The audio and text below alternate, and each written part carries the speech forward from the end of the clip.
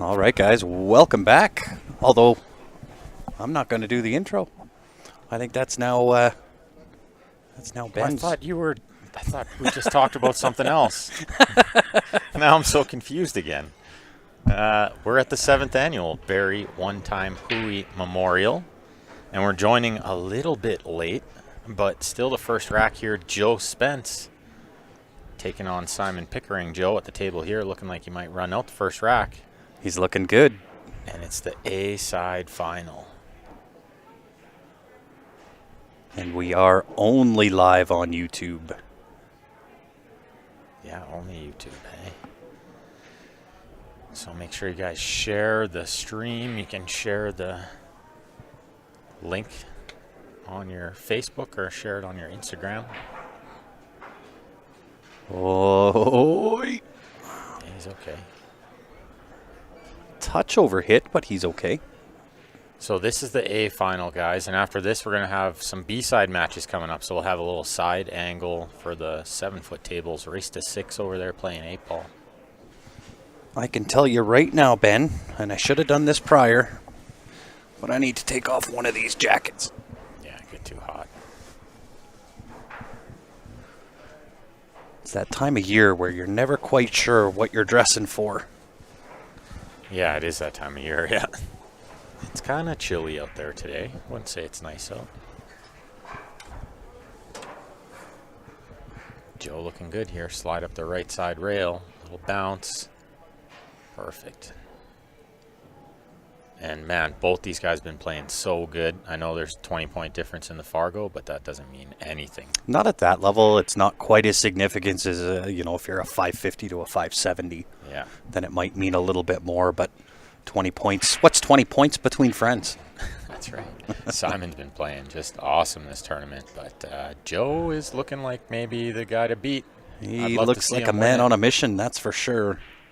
But big kudos to Simon. I see his posts every now and again on Facebook, and just kind of getting back into the swing of things. Yeah, made that decision. Lots, yeah, he's a working guy. Good to see him. Good to see him out. Builds pool tables. Has a company called West Coast Billiards. They build pool tables and shuffleboard, ping pong, poker tables.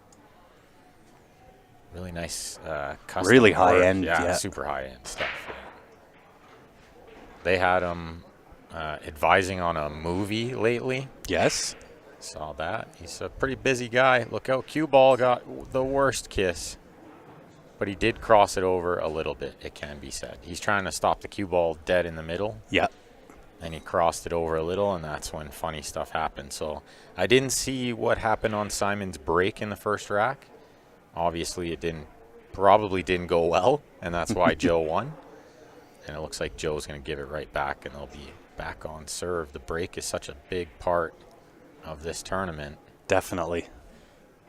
Racking the one on the spot with the magic rack, but no soft breaks allowed. You got to get the 3 points. So combination of balls made and past the head string. These are all in the open. A couple balls over a pocket always helps too. Yeah. Yeah, there's no real work. This shot. This really. shot, This yeah. is it. 3 to the 5 maybe, right, depending on how you land on the 3. But Yeah, it's all the work here. Five over the hole. Shouldn't be too bad. And then the 6 is nice and close to the side. Is he going to get there? it's a touch under hit. He's okay, though. Yeah, it looks like he's just okay, yeah. Although kind of a tight corridor to get between the side pocket and where that 6 is. I think Off that right side rail. I think it's at a comfortable angle, like where he could draw it between the 6-8 too, if he really wanted. That's more skill than I possess, sir. Or I think maybe just right spin. You almost don't even need to play it with bottom, and you can just miss the 6 on the low side like this. Yeah, that's how I like to play it. Yeah. My skill is in other areas. I think you would have played it like that. Absolutely. I don't think you draw it. No. I think you would have played it similar, and I've seen you hit it good once in a while. Every now and again, there's a squirrel that gets a nut, right? My skill's in a completely different area. Well, my skill wasn't even in this area this week, so Well, I got nothing. to be honest, my skill involves like having the ability to lose my car keys in my own pocket. Right? That's my skill. Yeah. Yeah, I could be good at that sometimes. Speaking of which, where's my car keys? All right, Simon looking good. Played quite well his last match, beating Brady 9-4. I think Joe beat Allen 9-4, or a similar score line. Both had a great tournament, undefeated up till now. Mm-hmm. And lots of tough matches. When I was playing last night against Steven, Joe broke and ran out against Mark Downey at Hill Hill. Wow. I remember looking over at Joe after and saying, "Nice finish, sir." And No doubt. Thanks. He looked a little like still shook. But clutch finish against a good player who Mark can play. Yeah, but he probably wouldn't have expected it to go Hill Hill. No. Yeah, I mean, not taking anything away from Mark for sure. No, but because he can play, but not known as a 9-foot player. Mm-hmm. And but Mark's dangerous. I've played with Mark for years. Yeah, you let him get rolling, and he's good. He's good, and he plays very smart game too. He's he very does. Calculated and smart. Speaking of very good, Simon's looking good in this tournament. Oh, I got him good there. Got him real good. I got him so good there. Yeah, you did. Well, I mean, he's super. That's chicken Ben winged. Francis for the assist right there. Super chicken winged that one though. I don't even know what happened. How did he miss it by that much? Did he like stroke past the rail or something? Wow, that was like not his smooth cue action. No, eh? not what you're typically going to see out of Simon. Joe's going to try to back cut this one in. This is real thin. Yeah, and dangerous. Almost like the cut in the side with the two-way cue ball. I agree. And I think he's going to look at that because the thin in the corner is an all-out shot.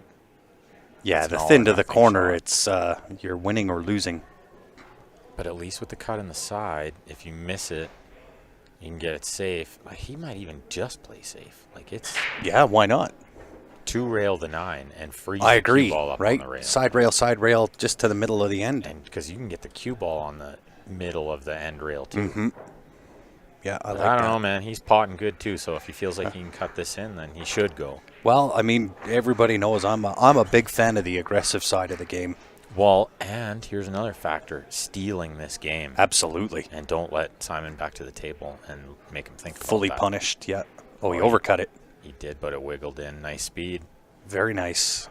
Good shot, really. That was like way tougher than he made it look, and he overcut it a little. That's a tough shot. Yeah, he did well. So As predictable. I should share the stream a little bit from the YouTube to the Facebook. Indeed. Sound old when I call it the Facebook. Shout out to my great sponsors here at Q Sports Live, and the guy who keeps these tables looking real nice, Lackno Billiards Pro Shop. He's a diamond dealer, guys. You want a table or you need parts for your table, check him out. Indeed. Just a hop, skip, and a jump from Calgary. Yeah, he'll travel if needed, and I'd highly recommend him for any pool rooms who need their tables recovered because he does it so fast. He did 18 tables in 3 days with a helper. That's insane. With one helper. And so that's very valuable to a pool room. You don't have your tables down losing money. Mm-hmm. Got a little fortunate there with the 3-4. Fortunate, unfortunate, right? I think. Good news, bad news. Yeah.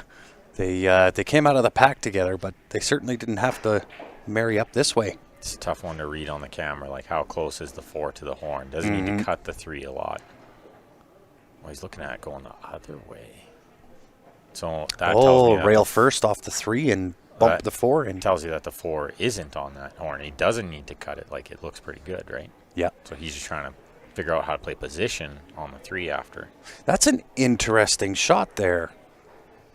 To take that rail first off the 3 to even look at it. Off the 3 to nudge the 4. When if you can accomplish that, you can also accomplish the combo. Well, here's the other question. Yeah, maybe the combo isn't there, and he's playing like a safety off the rail first. Because now he's looking down here like a push out, right? You're never going to push down here, though. I would not think. To the right side of the table? The camera's so deceiving here. I can't tell what to make of it. I mean, great shot to even see that. I wouldn't have looked at that ever.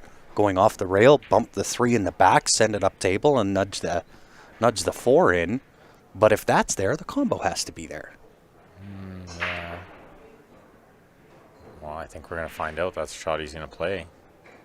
Rail first. Little right spin, I think. Yeah, no, the combo wasn't there. Yeah, it's just way not there, so he's leaving it long. And this is where he was looking before. That's the plan. Not with the push. Yeah, that was the plan. I see. Yeah, and that's a good shot. But I think Joe can play thin off the left side of the 3 and try to get behind the 9. Mm-hmm. But the 6 might be big too. And mostly just keep the 3 on the end rail, I think, is going to be the key there.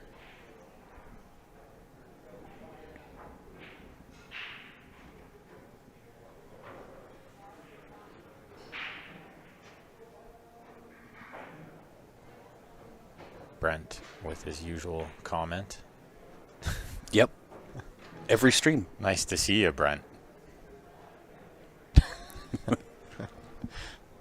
Okay, let's see what Joe does here. Now he's looking at something different where he's going to bank the 3 between the 5-6 and try to get the cue ball on the end rail there. I don't hate that. Yeah, it's not terrible. I mean, it's certainly more controlled. Yeah, it might be than chipping. Lower risk than chipping, yeah. Because chipping, you bring the left side pocket into play. And absolutely. Some kisses on the 9 and some weird stuff, right? Yeah, funny things can happen, right? We've seen that.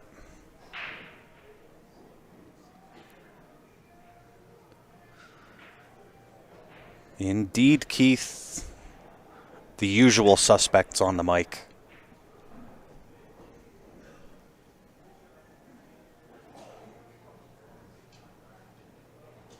He did choose the chip. Not terrible. Yeah, good shot. Would have ideally liked to have come underneath that 7 ball. But again, not terrible. Yeah, not selling out. Like, can't see Simon trying to cut this in because it doesn't really pay off. There's no two-way. Yeah, I would think not at this point. Yeah, looking at the kick.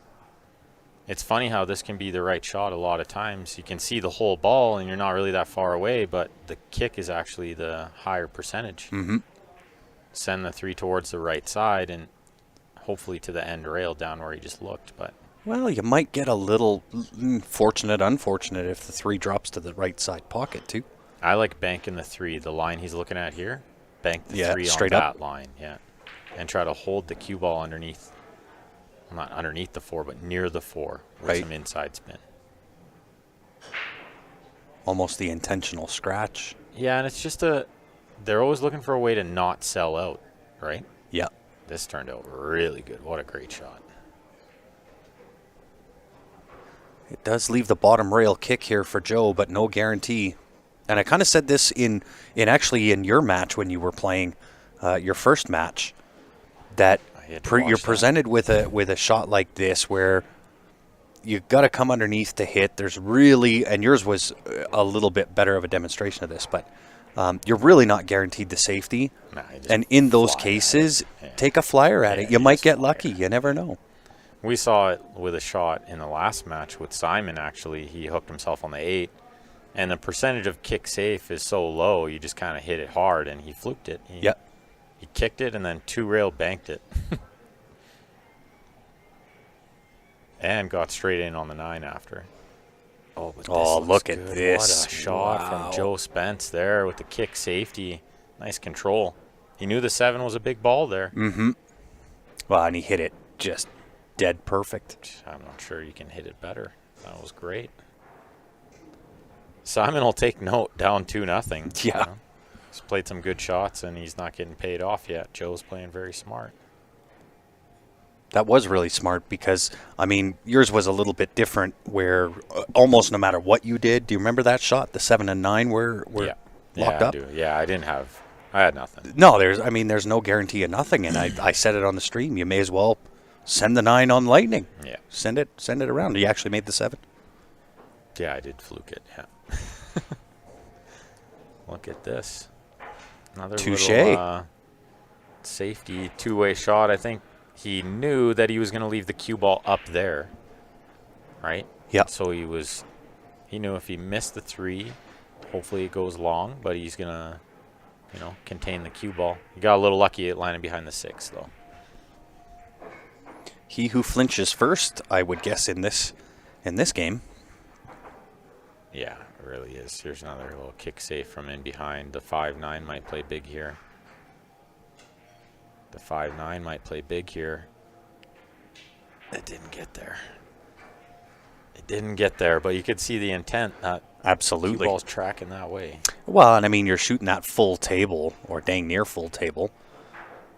And to even come that close, I mean, for me, that's a dream. Yeah, I hit it good, right? Yeah. He hit it pretty good. What kind of cue does Joe Spence play with? I believe it's still Predator. Mez. Is it Mez now? Mez. I believe, anyway. But he does change cues a little bit. He does, yeah. He breaks with the BK Rush, and he jumps with a Q-Tech. So he's got them all, I think. It's the cue of the month is what Joe plays with. Yeah, Joe plays with, like, whatever's hitting the best, I think. And he's not afraid to change a little bit. But I know last summer, not this summer, previous one, he took the whole summer off. And, like, quite a while off a pool, and he got all new equipment when he came back to the game. Yeah.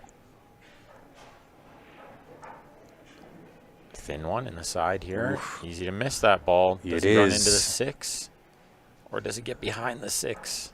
Not behind. Does it squeeze past that 4 ball? No, but I think the combo is very, very available because the 4 is so close to the pocket. Mm-hmm.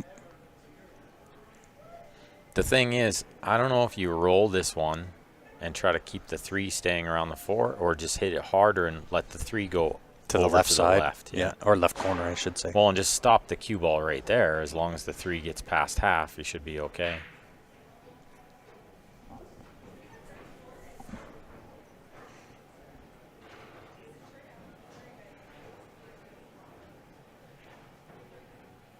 Yeah, he's trying to get that 3 over a little bit. Lucky for him, it didn't get over there. Yeah. And I don't even know if he would have connected right on that combo. I think it was held up even more. I think that 3 ball went rail first off the top of the 4 ball. If he made the combo, the 3 was like 3 balls to the right, like even more straight on parallel with the cue ball. Yeah. It wasn't going to get over there, I don't think. No, I would Had agree. to hit it like a lot harder, like a stun. Yeah. More of a firm stun, I thought. The old B-sure shot. Simon's looking at cutting this ball in, though. Well, I mean, it's at that point, right? Do you continue to kind of play the chess match with Joe, or do you try to kick the door down? Well, I think you just got to play percentages all the time. And if it happens, right? Yep. Just to get in this conundrum playing Edwin all the time. It was like, my safeties aren't good enough.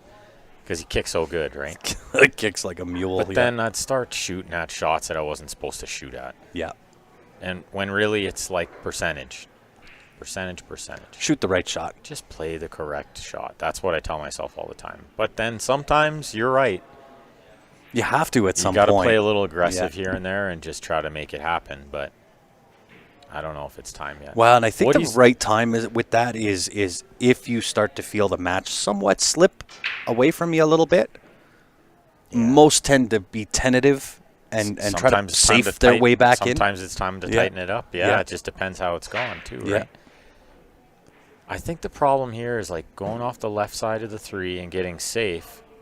He's worried that he might leave a gap to see the 3, and then the 4 is a hanger. Yeah, and even if he doesn't leave a gap, the jump combo is there, right? Yeah. So he's trying to talk himself into cutting this 3 in, I'm pretty sure. Well, maybe if the 3 was a touch, maybe a half a roll ahead, you could maybe chip kind of off the face of it a little bit and just send the 3-ball all the way downtown? Yeah, I think he's thought about that, but that definitely lets him see it. Yeah, no, didn't come close on the bank. He needs some luck No, this is here. going to dress. Needs some luck. It's going to not give him any luck. No. It's got 3-0 Joe written all over it. What a start here. Balls are over the hole. Yeah, nothing 7's to over it. the hole. The 9's over the hole. Yeah, this looks pretty good. 5 to the 6 if you want to call that any work.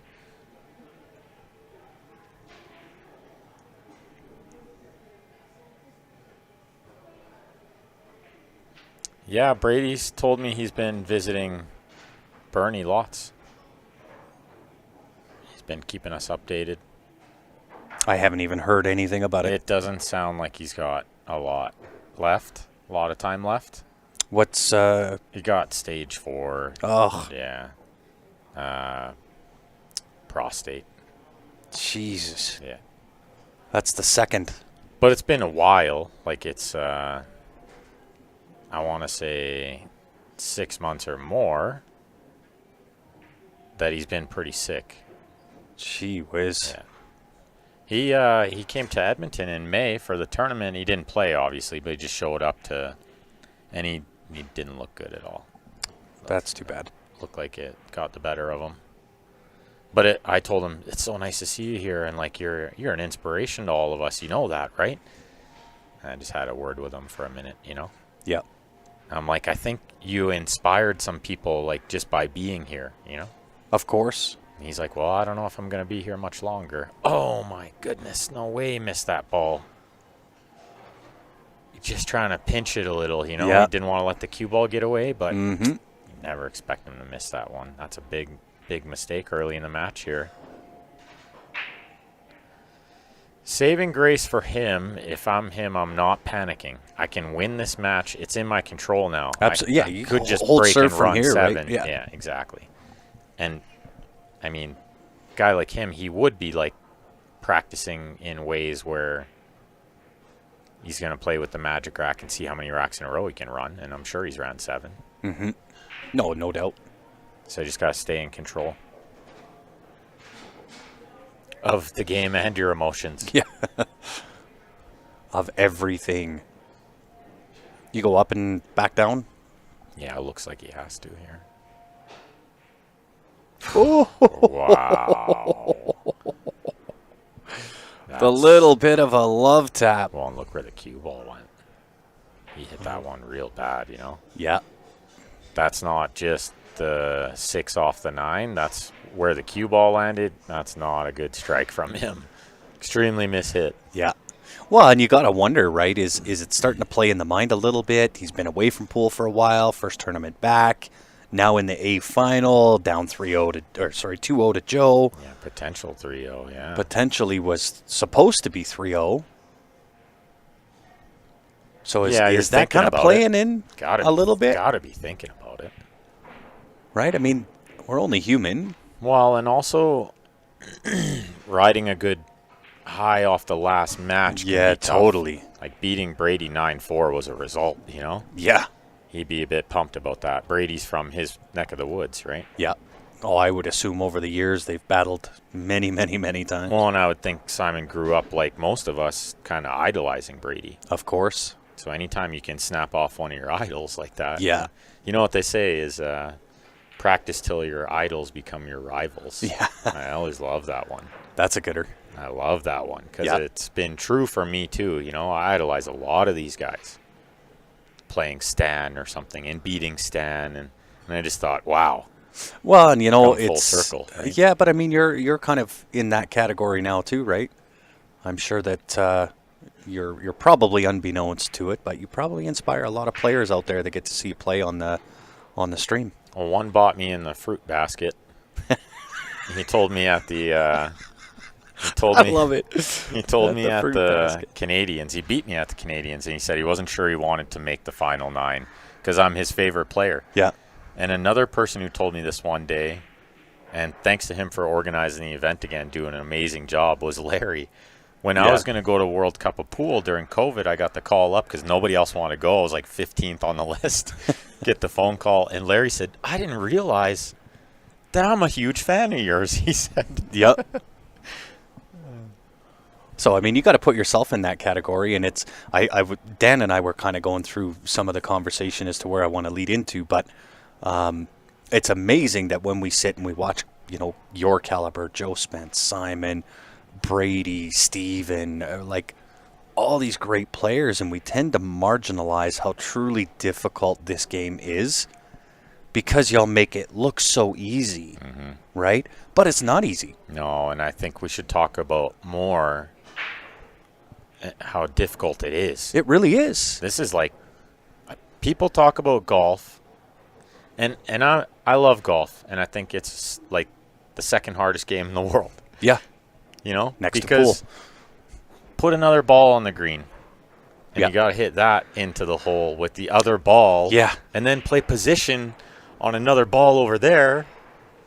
Forget about it, right? And look at the golf's contact. A very hard game, and there's an argument for both games. There but I is. think there's more going on here. I look at the actual contact size of a club head to a golf ball versus the other argument.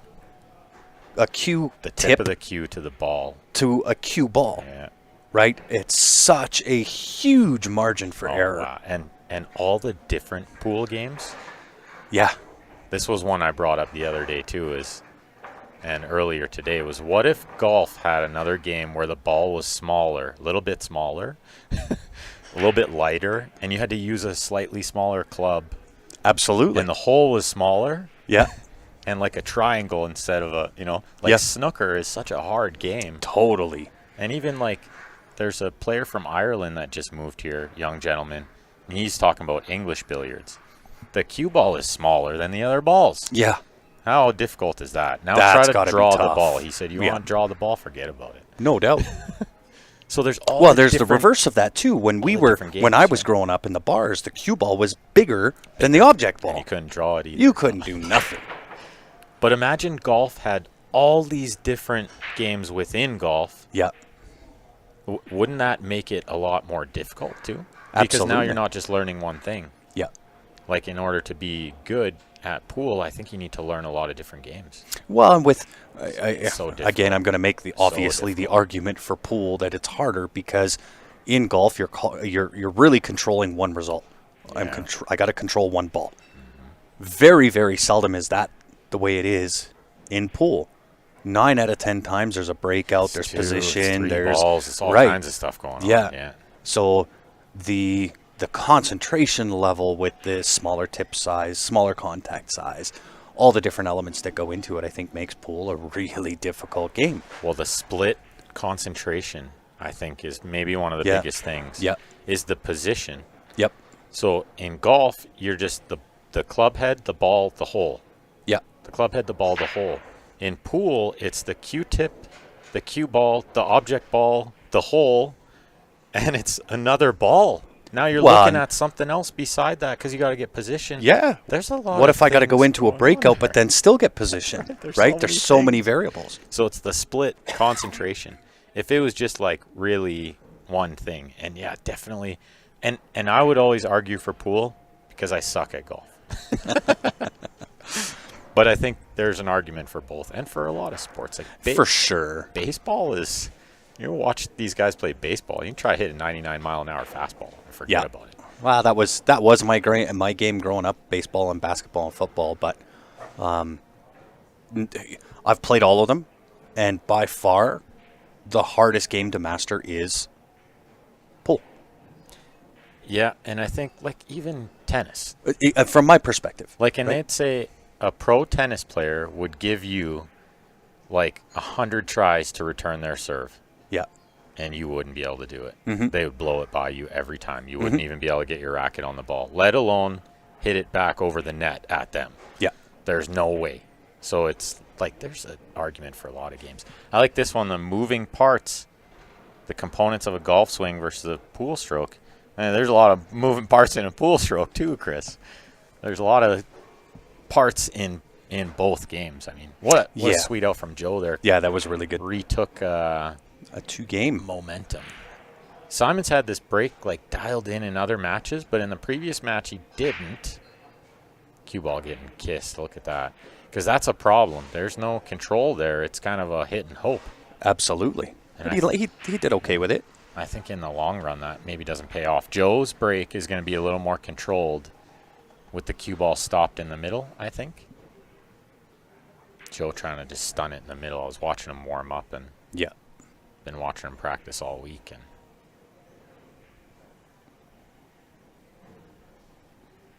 yeah, you don't get the weather conditions, but those conditions do change depending on the weather that you're in, right? Holy It does smokes. affect the playing surface. there But again, is another really good conversation is about conditions in pool. And it's like, I think it's equally as tough.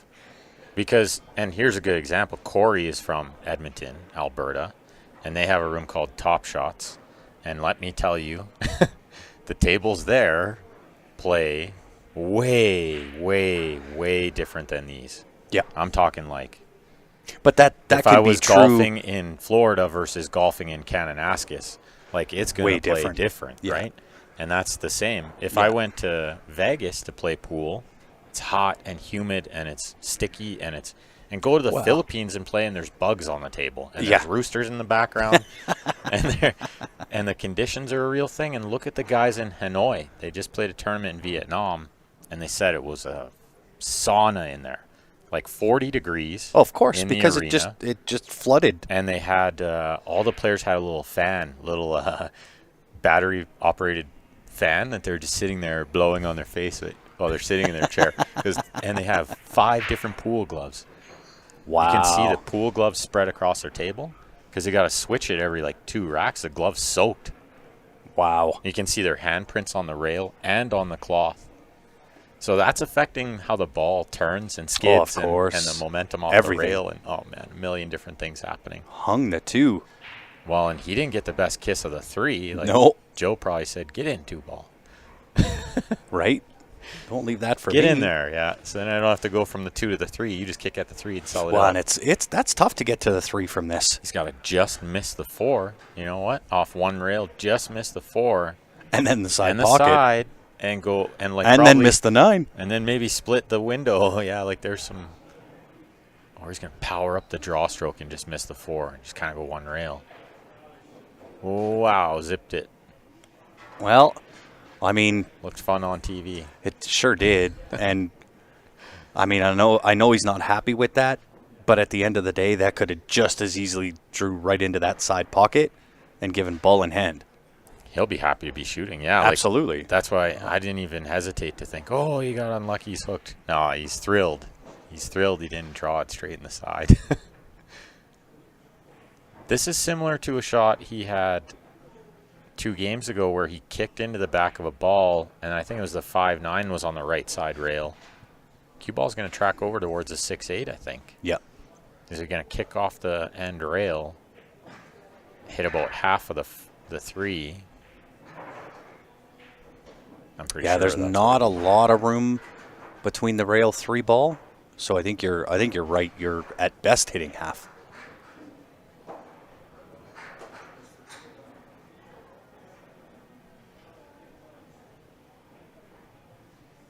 Did not quite get He there. almost flipped the 6. Well, he's going to leave this a touch tricky. A little bit. You favor Simon to make this in the upper left, but he's got to do a little something with the cue ball. Or just shove the 6. Play it into the 6 and shove the 6 out of the way. Yeah. Yeah, you can. You got to watch the 6 doesn't go like up onto the 5 or do something funny. Yeah. He So might- again, might not have a choice. it to bring that whole conversation full circle, right? We kind of started comparing golf to pool and pool to golf, but my main topic of conversation in that whole thing was how much we marginalize how difficult what it is we're seeing done actually is to do. And that's why I bring up golf right away, because I think when you watch golf on TV, it looks very, very difficult. Yeah. But when you watch pool on TV, It looks like, easy. I could do that. Yeah. No problem. Right? I've done that in the bar all the time. I made Yeah, this yeah, little yeah. 3-rail shot on the 8 Yeah. ball. Oh, it was great. You should have seen it. But when did you ever hit a hole in one? Right? Yeah. And so that's the difference. Can an average person break and run out a rack of 9 ball?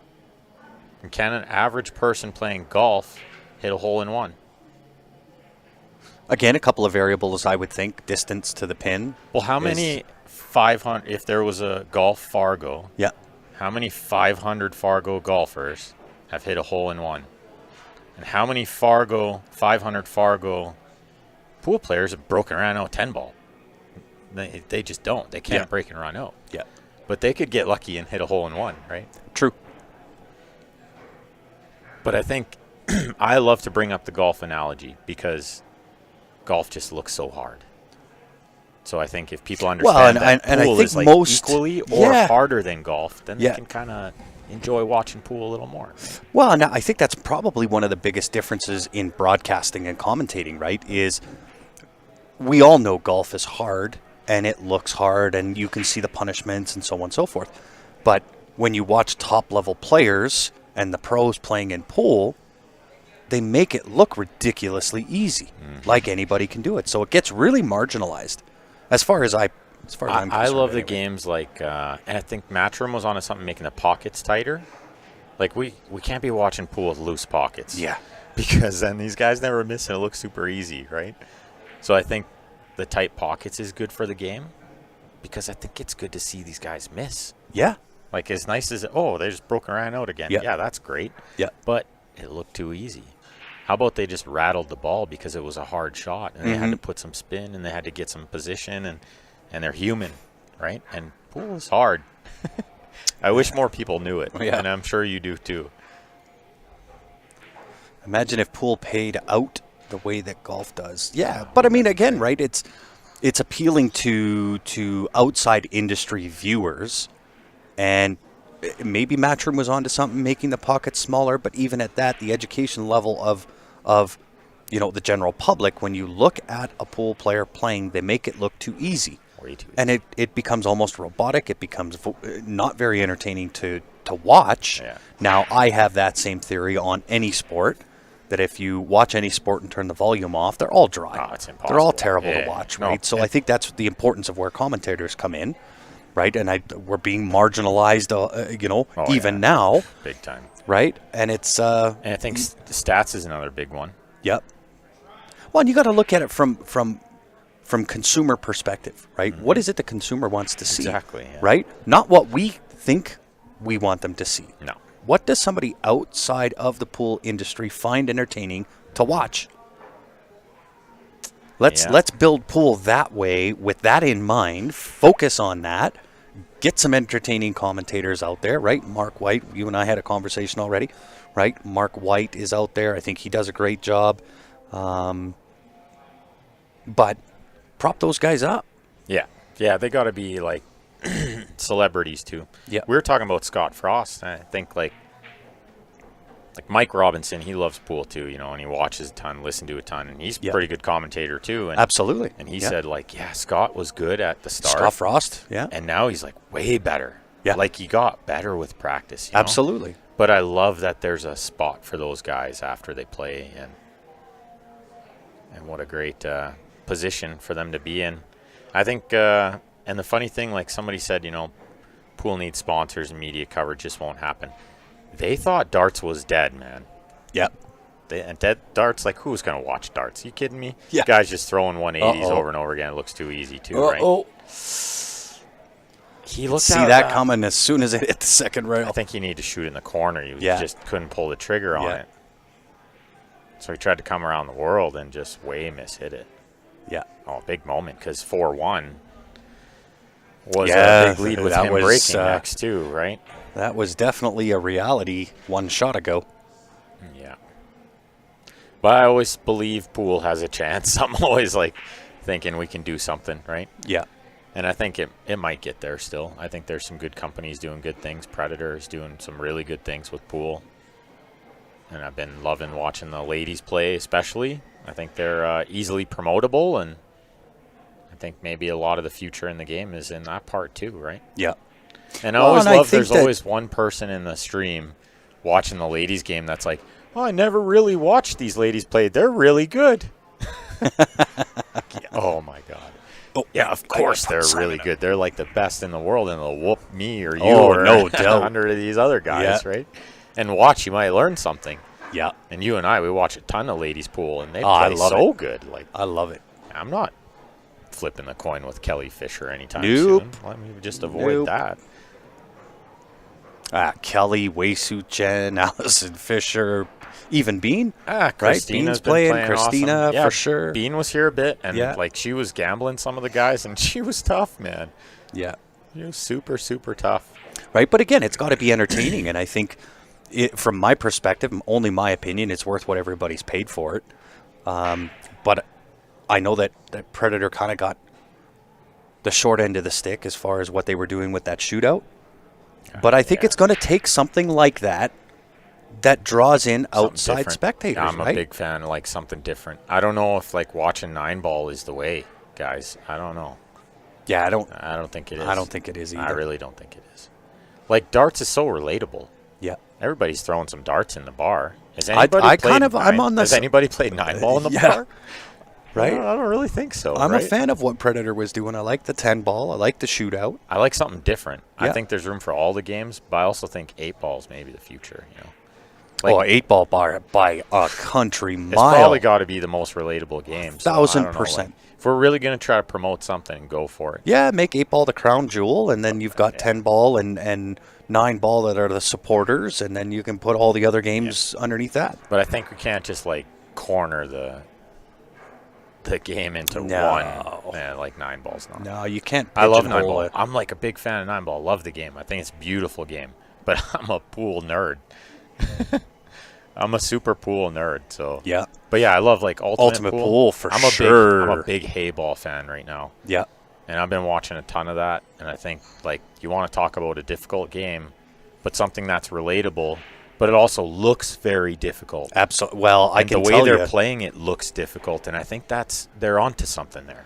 that I've played on those joy tables, What a shot. and they will make grown men cry. Man, They are difficult. But you can see it. Yeah. You can see when they shoot a ball down the rail at break speed and like pump it in past the horns, and you go, "What? Yeah. How did he do that?" The pocket looks like it's like not big at all, but you can see it on the camera. You can really see how difficult the game is. That's what I know we talk about it lots, but this looks like just sometimes looks too easy out there. Yeah.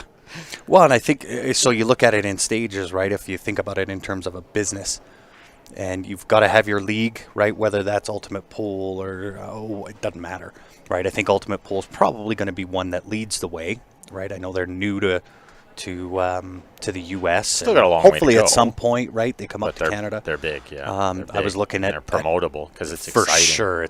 They do add an excitement level, but on top of that, they've got room for everybody. It doesn't matter what your skill level is. You can have guys like Chris Melling play it, and they don't say, "Oh, you're too good to play." Mm-hmm. They've got spots and rooms for everybody. Yeah, and right? They're not just trying to say that like the men are the only way or something. That's another big one. They've got ladies only tournaments. Yeah. And they've got doubles where it's Jack and Jill. Mm-hmm. And they know they got to promote all of the game. Juniors, right? They're doing it right.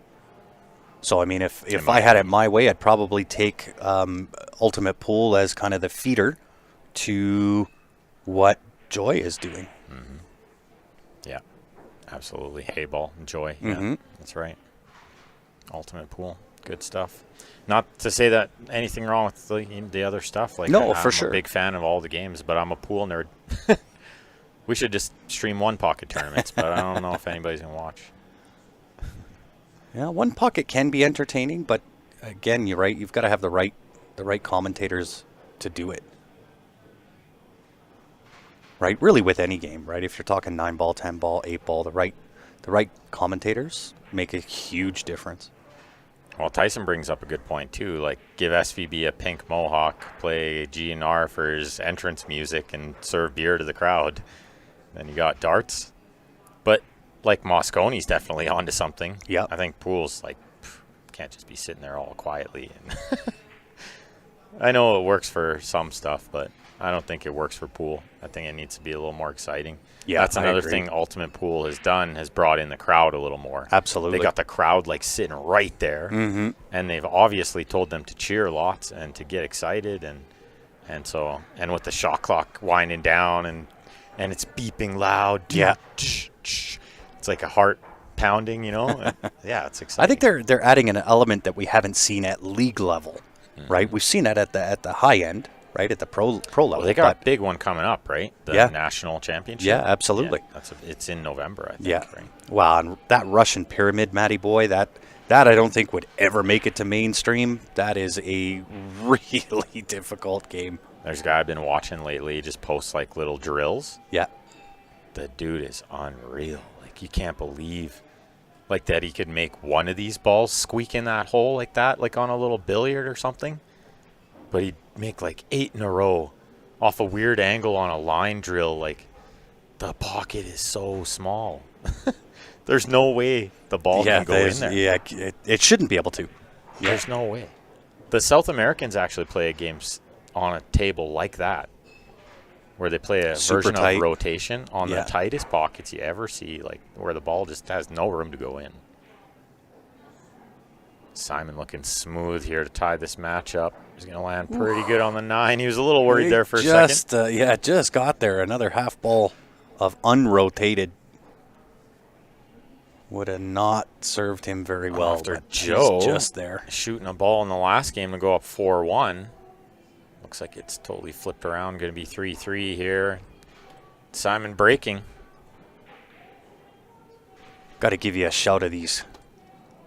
The hardware that these guys are playing for. Larry does such an awesome job getting these. I got to get a picture of that cup. I keep saying that. I think I've said it 4 times now.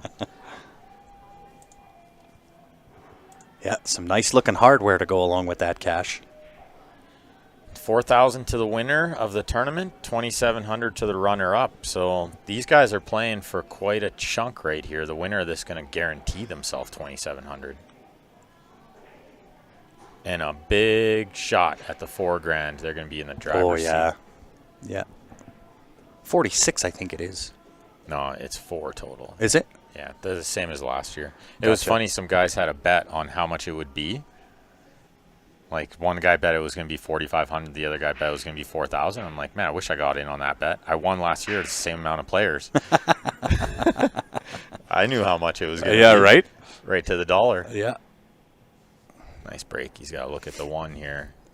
3 kind of jailed up on the 9, but we've seen Simon break this kind of stuff out before. Like, he did it in the last match. Mm-hmm. Similar kind of stuff. He just shot the first 2 balls and broke out the 3rd ball. Well, and the question is, I'm assuming he's going to over there. Oh, he doesn't necessarily have to break it out. Yeah, maybe he could one bank it even. Goes with the inside spin from over there. Maybe just gotta. Only thing I don't like about that, using that inside spin, is you could end up behind the 9 ball with the 4 ball as your next ball. That's what he's contemplating right now. He's probably sure he can make the 3 with the spin, but yeah, can he get position after too?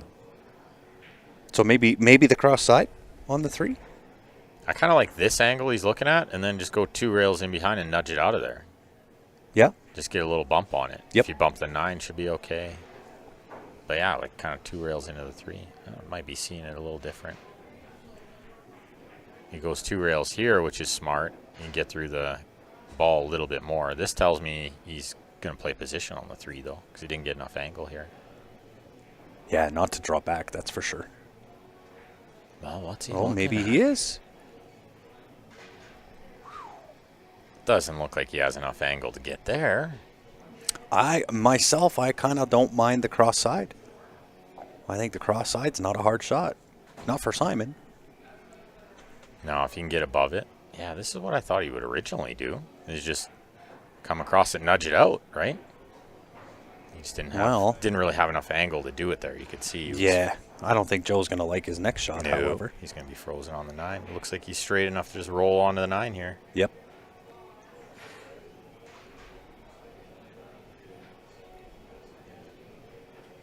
At this level, these guys never just roll onto a safety without checking to see what kind of kicks they're going to leave and what's going to be the return. Yeah. Because these guys kick so good, you got to figure, yeah, he's just going to come off 2 rails, hit it, probably put me in jail again, so I better put it over here instead, right?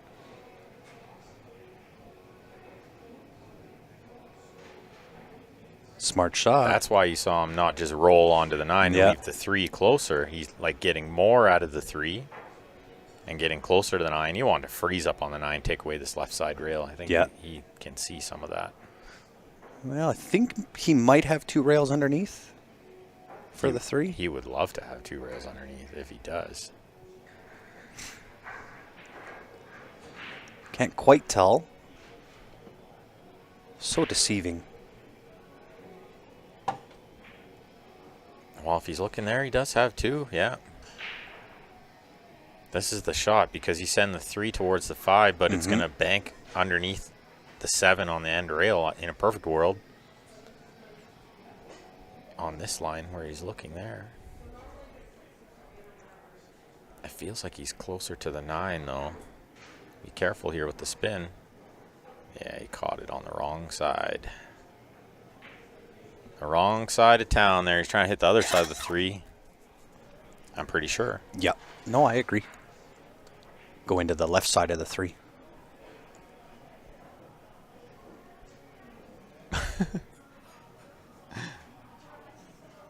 Oh, very good. Mike, well, see you later. There's always got to be one. Yeah. Definitely new to Q Sports Live, our babbling. It's okay. There's a nice feature on whatever device you're watching Yeah. where you can mute.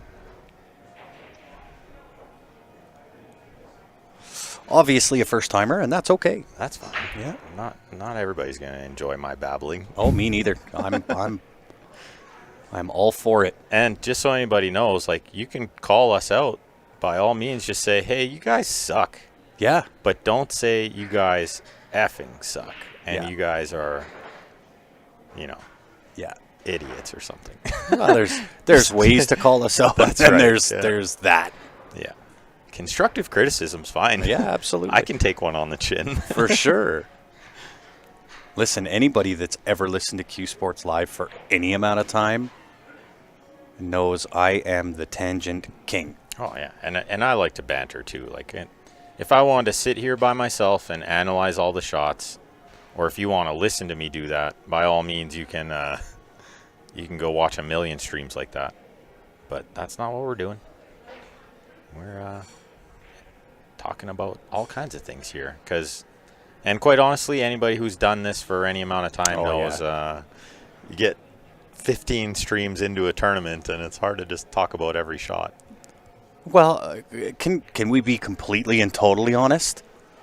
We're watching high-level pool play rotation. Guess what he's going to do? Oh, no He's way. going to go from the 1 to the 2, So then the 2 to the 3. I love that you brought this up. And the 3 to the 4, right? Like, come on. Because I was listening to pool the other day, and I'm not going to call anybody out, because I know I'm not perfect either. But they kept saying that. Like, oh, he's got a perfect layout here. The 4 connects to the 5, connects to the 6, connects perfectly to the 7. And I was like, I bet I can guess what's coming next. It'll connect to the 8, I'm There's sure. no way that it connects to the 8, too. Or, like, they'll say it here. See how the balls are laid out? They'll say that these connect perfectly. Oh, yeah, this is a road map, they would say. Yeah, yeah. This is not a road map. Like, this is, he's got to look how far he got to move the cue ball. Right? And then from the 7 to the 8, and the 9's kind of in the way. This is not a road But doesn't map. that prove the point that I brought up already, in that we marginalize how truly difficult the game is? Right. So instead, we'll talk about how That's tough it. the game is, and maybe not about how easy these guys are making it look. Yeah. I actually enjoy that somebody once in a while will tell me that, I babble too much.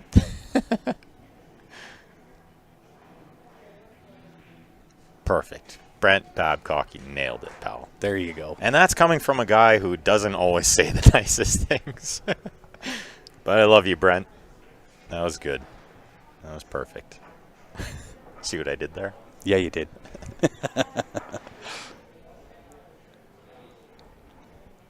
Yeah, you're right. There's a ton of overused words. For sure. But same in hockey. Or the same in tennis or in anything. They just use the same slang all the time, right? Yeah. Well, and I don't think that the using the term or the word perfect is wrong. You can be perfect on a ball. Of course. There's a lot of spots that you can be perfect. He got perfect here, Right? It's just something you got to say. That's it. Yeah, and sometimes a bit, like when you first start doing the commentary, like Tyson says, a bit nerve-wracking. For I sure. give that to anybody who does it like first time. It's not just so easy. You just put on a mic, start talking. Well, and especially, you know what? It's even upped a level of difficulty when you're doing it by yourself, right? At least if somebody's here, you can banter back and forth and so on and so forth. But sitting here by yourself can Unbelievable. He ran out the balls in order there. right? Crazy. Wow. Connected them all together. Nice out from Joe. Yeah. And really what we're here for this weekend's this guy right here. Remember this hockey game you guys were at? Oh, yeah. I sure do. And he had a great time. And shout out to Steph for doing such a great job running the event again. She's a rock star at running these events. And if you're just tuning in, this is the A-side final, and we're going to have some B-side matches coming at you next because winner of this is going to be waiting around for quite a while. Oh, yeah. I Go think they're home and down take a nap. They might be down to 12 or down to 8, maybe.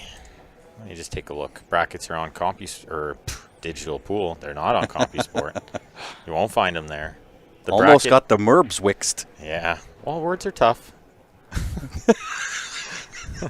I heard Peter say that one day, and I thought, that's so true. It is very true. Words are hard. Yeah. Difficult. Englishing is tough. Crossing that cue ball, and this happened earlier in the match. Hit the brakes. It does not hit the brakes. You see where he pointed there? Like he's crossing it. He does not want to be crossing it. Wants to be hitting it more full and just kind of stopping the cue ball in the middle of the table. And they do have live scoring going on with these B-side matches. I see Stephen Follin up 4-1 on Jonathan De La Cruz. That is in the 9th, 12th spot. Sean Monkman waiting for the winner.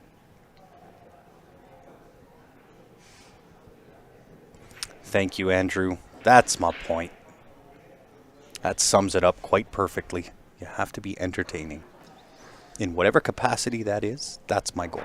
I just want to be entertaining. Yeah, we're the two old Muppets in the balcony.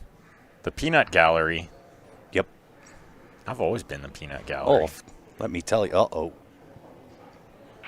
Well, I thought that was coming a little bit closer to that corner pocket than what he ended up. Yeah. Not terrible.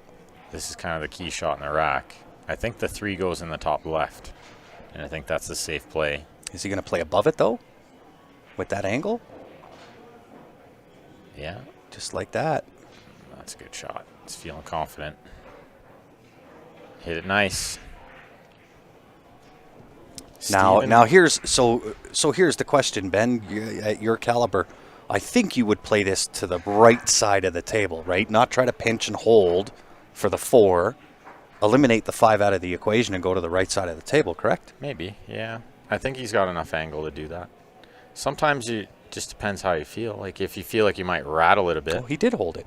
Yeah, because sometimes you can feel like you might just punch it a little and rattle it. Yeah. So then you just take the smoother approach, you know. I think the 6 is good here. See, and that's probably where I go wrong, is I go to the right side of the table. Trying to do more than you need to sometimes is a big thing. Like if the table tells you, hey, just pinch it, leave it over here, you kind of got to do that, you know.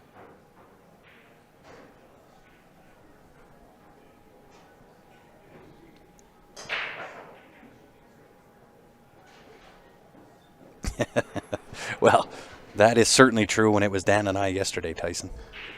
The average age of the commentators were certainly higher yesterday than today. It's gone up immensely. Yeah, gone down. Oh, it's gone down, yeah. Gone down with Ben in the booth compared to me and yesterday. Dan. Yeah. Dan's not that old. Yeah. And I'm not that young. Nah, Dan's old. I bug him about it all the time. I guess, yeah. He just had his birthday, and I gave him a gift card to go out to eat, but on the bottom of his card, I was totally going to go get him a walker.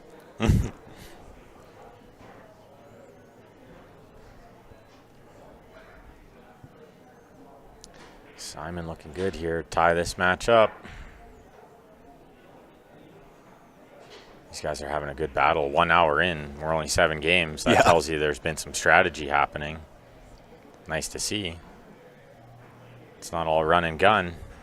Well, I think it would be, to be fair, I think it would be disappointing to have it as a one-sided whooping. That'd be boring. I like how Brady says it's hill again, alternate break, no way. That's crazy. Who would have thought? Who would have thought? 7-9 left on the table. What's he going to do, Ben? I think he just draws up the right side of the table a little bit, like near the right side pocket height. It's okay. Let the right spin do the work. Look at that. Go the other way, you come across the line. And then you end up underneath the 9 a lot of times. Yeah.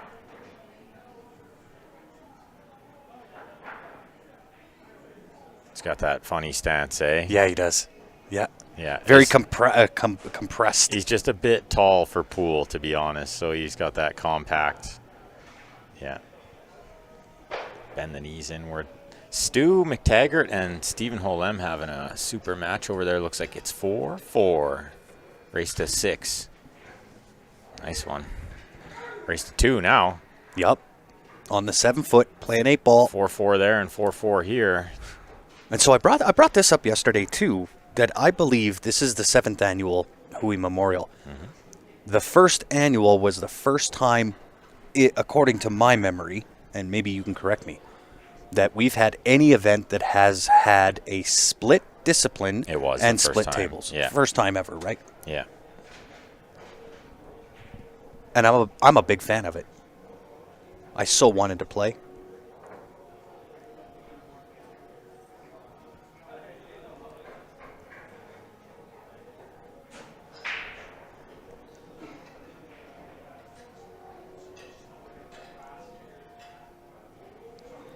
Monster break. Man, he dug down into that. He has been breaking good, but just not the control I expected. Like, yeah, the cue ball's kind of. It's funny how I just broke so good. Like, felt like everybody I've watched break so far, I was breaking better, and then they're there and I'm here. Well, note to self: just let her fly. Yeah, I guess, right? Just rip it. Grip it and rip it. Looks like the 1 doesn't have a home, so a little safety here unless the 1-6 combo is playable inside. I don't think so. Yeah, it looks, well, maybe off the 7. I don't know if he's going to take that chance, though. I like thin off the right side of the 1, our left side of the 1. And the 1's going to stay there. Yeah, behind the 4. Yeah, maybe even all the way behind the 2. Mm-hmm. But the 4's huge. That's what he's looking at. He could try to go behind the 9-3, but then that can leak out a little bit. Yeah, you can almost sell out at that point. And I actually like just creep by the 4, because what's the kick? True. Right? The kick is tough from there. Yeah. If you go all the way down, the kick might be a little easier. This might creep out for a jump, though. Definite jump. And Joe has been jumping really well. He always does. Well, here's a little insider secret is Joe's been picking up his girlfriend at work. She works at a pub. They got a table there, and he's been practicing his jumps on the table. He's like, it's a half an hour or 1 hour of jump practice, he said. It's like, that's crazy. Brings his jump cue in, plug the table or whatever, and jump practice. Nobody else gets to practice their jump. Not to that degree. You try that in leather pocket, and it might not go over so well. Yeah, Len will jump out of his grave and throw you out the door. Yeah, he hated that. Yeah, he did. He'd come marching across the room. Oh, he's so mad. Rip into you like you've mad. never been ripped into before. Put him probably 50-50 to pot the ball, you know. Yep. Ugh. Yeah. Oh, he's good. Practice helps, right? Practice if helps. You practice, you get better at stuff, I think. Right? Yeah. It's usually how it works. I think he's good. Yeah, he's okay. He can see it. It's just it's tough to float 8 feet that, away, right? and yeah, you kind of got to roll it. What's going on, James? Appreciate you tuning in. As with everybody else. Sounds like next match we might be back on Facebook. Rod sent me a message. Oh, is he all finished up? He's got one more match he started about 20 minutes ago. And then he's got a break before the final. Gotcha. So he said he'll just go live on his personal page for a little bit until that final match. Yeah, the more you practice, the luckier you get, for sure. So hopefully it'll work out good that Rod can get that final done, maybe in an hour, 2 hours, 3 hours, whatever it is, because the final of this isn't going to be for like 6 hours. Yeah.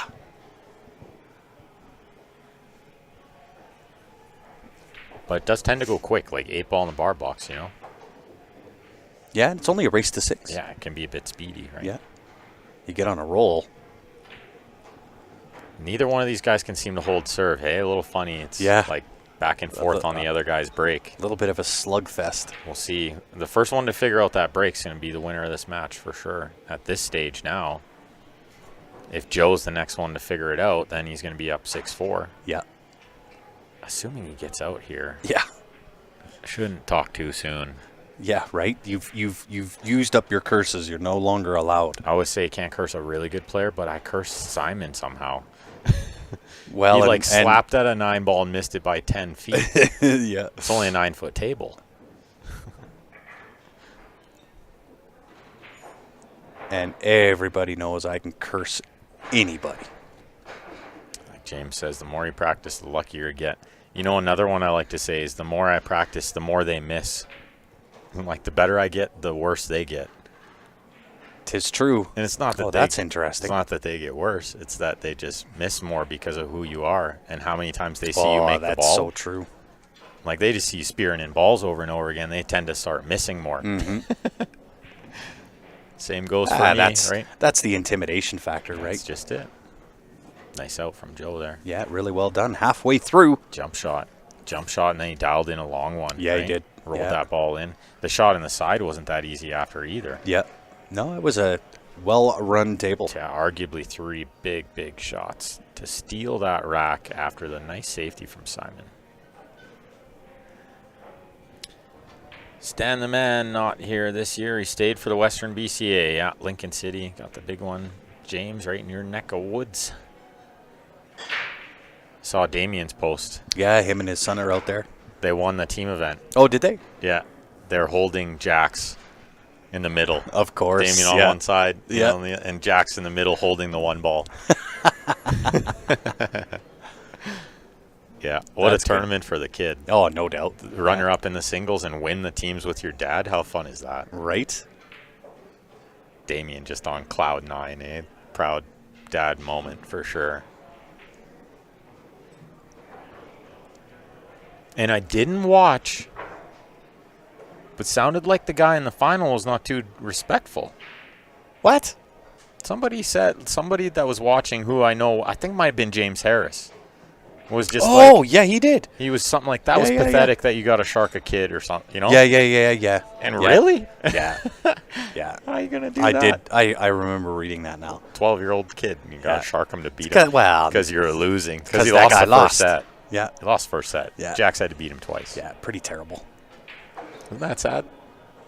I watched a little bit of the first set to see what was going on. They had a little safety exchange. Jax played real smart. Yeah. Like, definitely getting coached well. Oh, listen, when Damien's your dad, Damien plays pretty high level. When he's pretty serious, right? Yeah. Like, the training is not like just have fun. Yeah. It didn't seem like it was like have fun, but this is serious business too. You want to play, you want to be serious, you got to be serious, right? Randy watched me win last year. Yeah. Good memories. You know what I remember most about last year, winning this tournament, was the whole room pulling for me. Felt like, absolutely. Just have everybody cheering for me. I could feel like everybody on the stream just pulling for me. Yeah. Like, it felt like and it helped. Yeah. It like willed me to play good.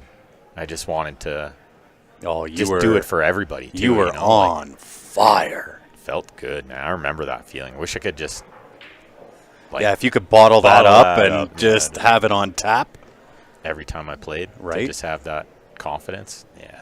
It's not there. I don't know what happened. Like, it's funny how you can go from that to just like you go into a match thinking like, I'm not supposed to win here. Or I'm up 3-0 on Steven, and I'm just not like, I can't put my foot on his throat. I'm just like not even. I'm like, maybe I'm lucky to be up 3-0. Like I'm just feeling like not confident like I should be, you know, and that bothers me. Didn't sleep very good last night. Yeah.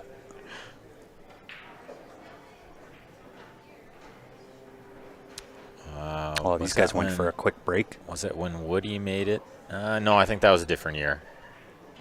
But Woody always comes for this tournament. I see lots of BC guys come. Maybe I'll run to the washroom too. Grab my Yeah, I'll go for 3 minutes when you come back. Yeah, it's amazing how, like Ben was saying there, that in some matches you just play lights out, and then you can go into the next match, and it's almost like you just picked up a cue. And we've all done it. I just not feel confident. Yeah. I know I can play bad. Yeah. But how do I just I should feel like Yep. better. Yeah. It's played perfect. Why do I feel like I'm going to lose? Yeah.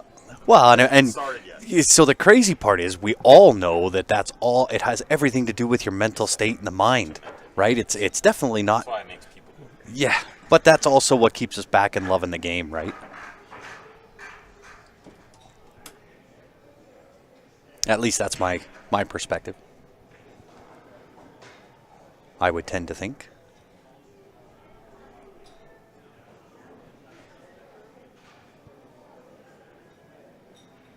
Well, you know, while we're sitting here waiting, we may as well give a shout out to another couple of our sponsors here. Nick's Q Innovations, the man here in Calgary for any service repair work. Does have his own jump cues and so on and so forth as well. Certainly don't have to be from Calgary to utilize the services. You can ship in your cue. He'll get the work done and ship it on back. And of course, Jam Up Apparel, one of the sponsors. There is a booth here as well. I believe we had a booth in the ladies event on the last one that I was involved with. And again, a Jam Up booth here at the Leather Pocket. Fairly picked over, so if you're looking to get anything, I would come down sooner than later if you're in the area. Jump on over to Leather Pocket and come check out what is available. You can also check them out online, jamupapparel.com.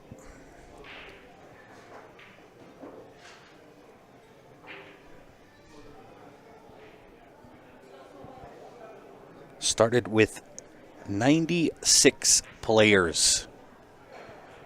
We are slowly but surely whittling our way down. Let's see if I can peek my head out the door and give you the update on Steven's match. Well, they've had a little bit of a chess match. It's still 4-4.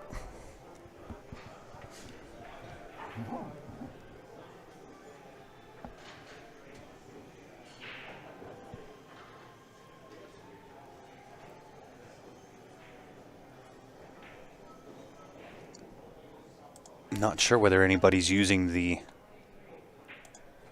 digital pool app to keep us up to date. Doesn't look like it.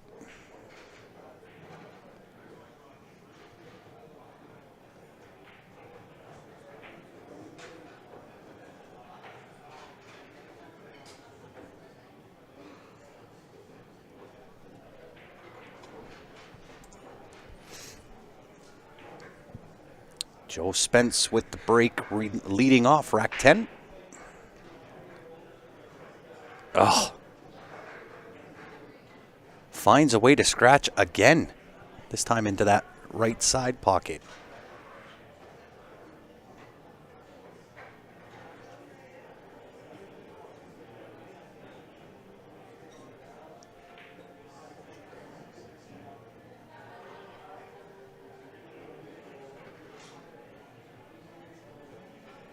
And you kind of have to wonder, right? That's 3 out of 5 on Joe's breaks where he scratched. That if that doesn't happen, does it change the score line?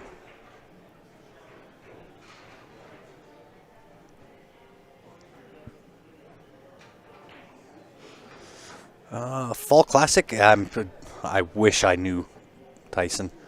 I have been kind of out of the loop, so to speak, for I guess a little bit too long, but certainly something we can ask Ben when he gets back.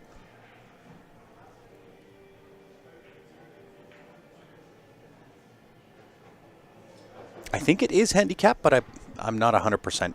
I can't tell you for sure.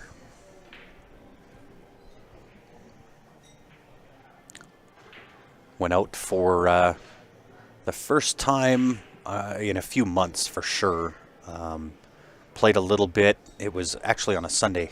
It was the Sunday where Mojo had that junior pool school, whatever that was.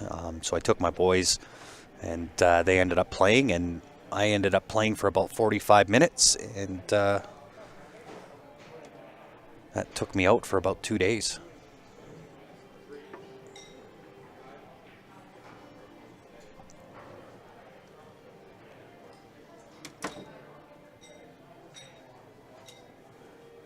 Simon looking good here.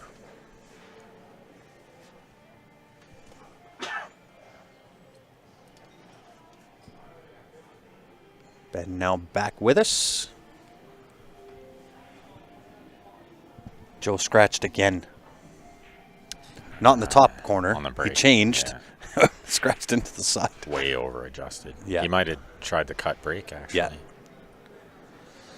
Oh, yeah. So the Fall Classic, Tyson's wanting to know, is it handicapped or staggered? What a great question.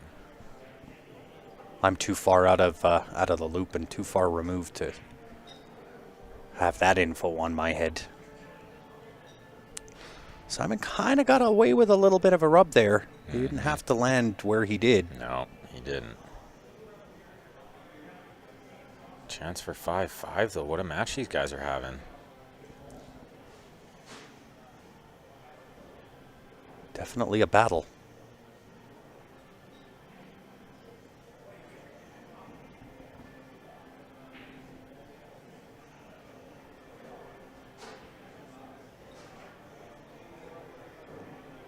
Yeah, nice little shot there. Seen this. This is the second time that we've seen almost that exact play.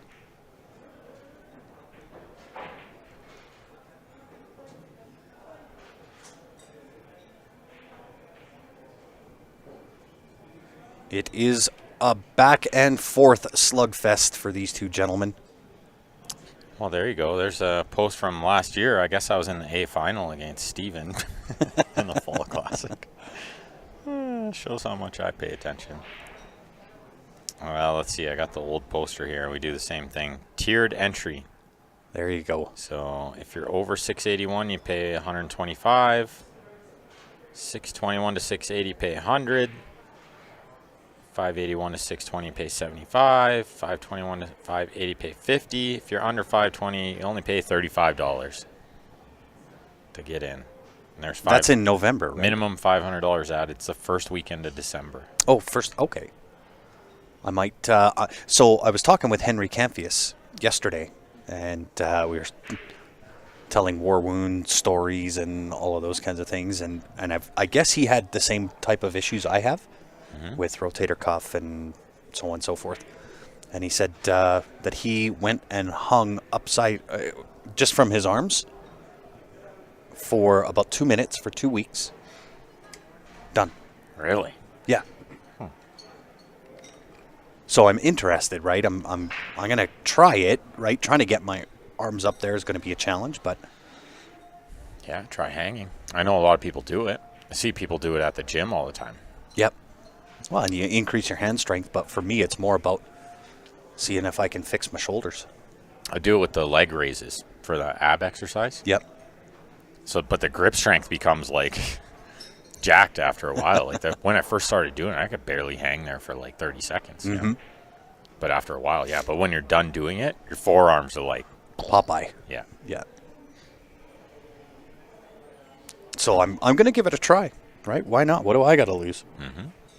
Right? He said it hurt, right? Because lifting my arm anywhere above my shoulder right now.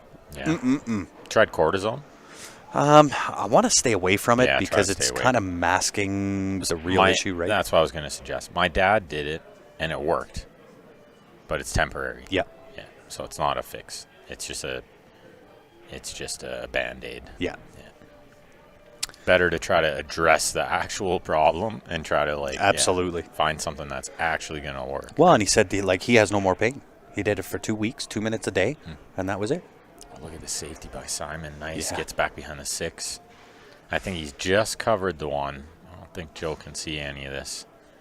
What do you guys think about the different bridges? Open hand, fingers tucked, closed bridge, etc.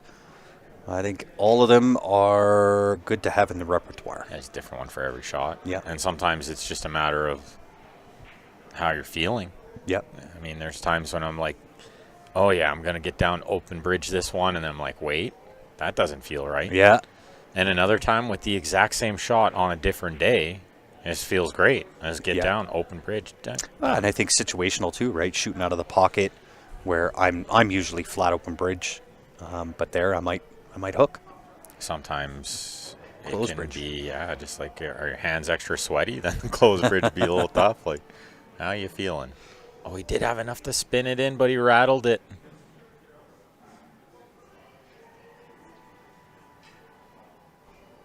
Oh, I got to go make a quick phone call. Yeah, no problem. Interesting. Why would my hose be on? Ouch. Kids, dog, Yeah. there's things that can happen there. Yeah.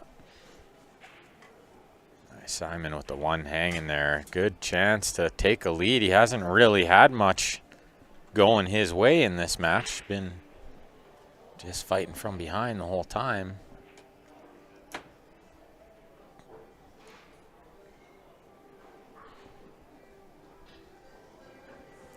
Oh, looks like Stephen Holem and Stu McTaggart.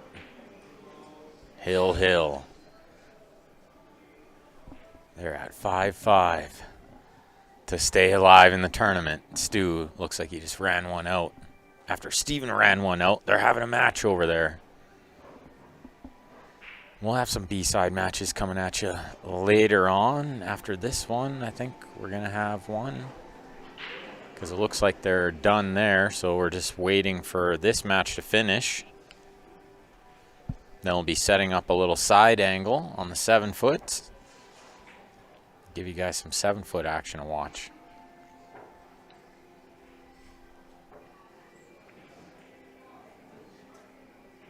Oh, it looked like he'd overcut that a little, but it slipped right in there perfectly. It's all about the 6 to the 7. Definitely nervy moments now in the back half of the match. They're both kind of slowing down a little, trying to give it the be sure.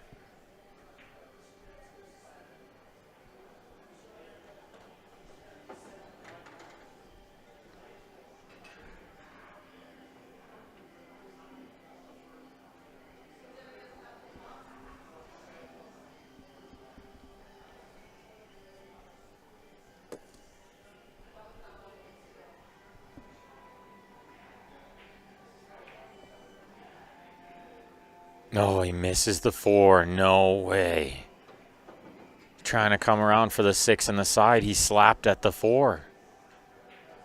We saw him make a couple mistakes late in the match. In the previous round, playing Brady, he had built himself a nice lead, and then he started to let it slip away a little with some unforced errors, and there's a big one. See if Joe plays position for the side pocket as well, or if he just stays above the 6, play it in the low left corner where he's standing.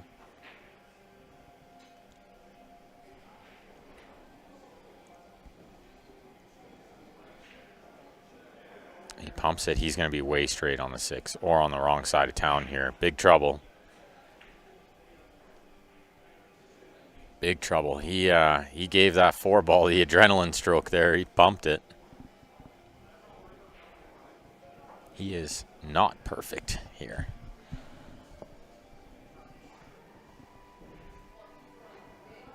So now it's decision time. Do you come underneath with some top spin, try to get a better look, or do you just stay kind of where the 6 is now and take the bank on next? Big shot.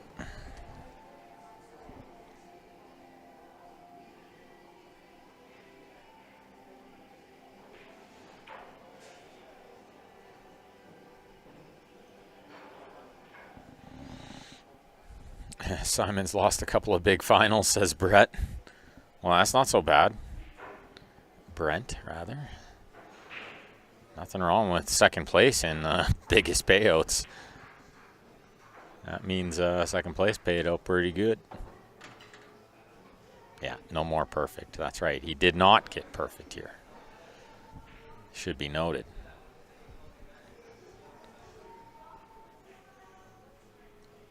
I like trying to stay for the side bank, I think. You try not to do too much here. That's exactly what he's done.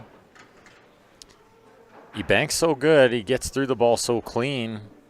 You got to back yourself here. And he has. You're going to take on the side bank. Can't see him playing safe from here.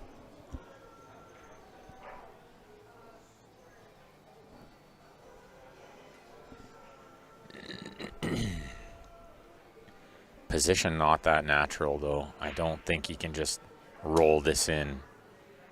Might have to kind of stun it down and play the 8 in the same pocket, or top spin through it.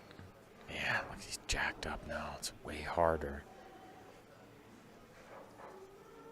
Big shot. He misses it, but he's got a backup plan. He's got a backup plan. It's the 8 ball covering the 7. I don't know if it has, but he's left him a mile away with the cue ball near the rail.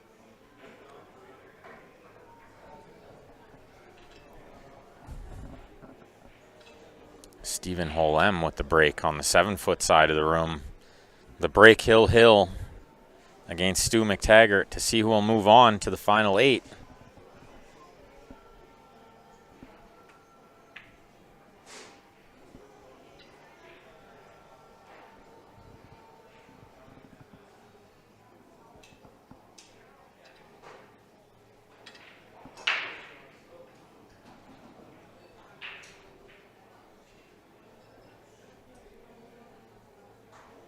Stevens come up dry on the break.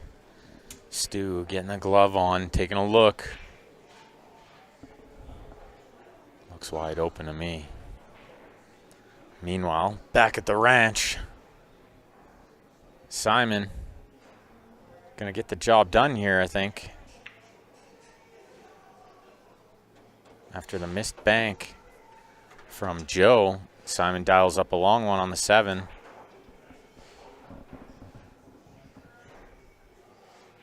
And he's going to steal this rack. And Joe to break in the next rack, trailing by 1. Shout out to Nick's Q Innovation. Love this guy. Always taking care of all the players around here. Super on a lathe. Just a real nice guy, too. Taking care of the juniors. Helps with the Christmas party. Got the Filipino Christmas party coming up December 13th, I believe.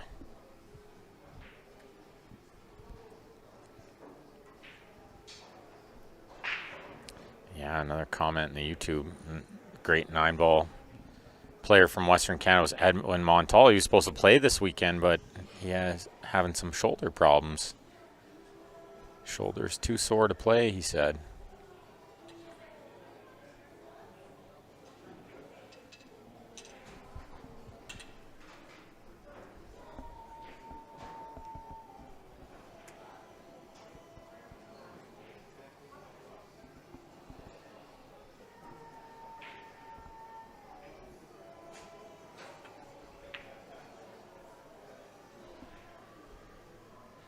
Joe with the safety. He's not going to get cover.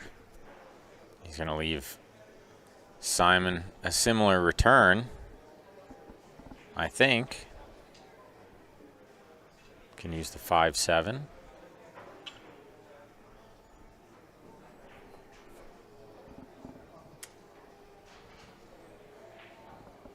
Wow, Stu stopped dead in his tracks there on the run out. Maybe not so easy from where he's landed.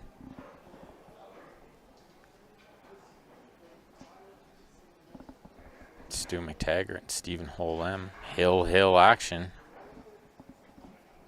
Crowd gathered around watching that one. Winner going to take on Randy Baggett in the final 8. Loser going out in 9th through 12th.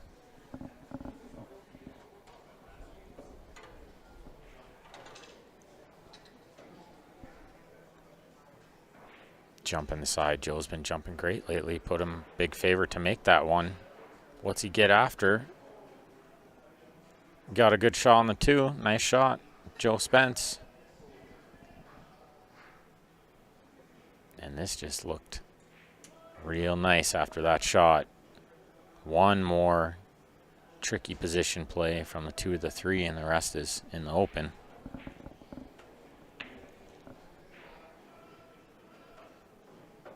He's landed good on the 3.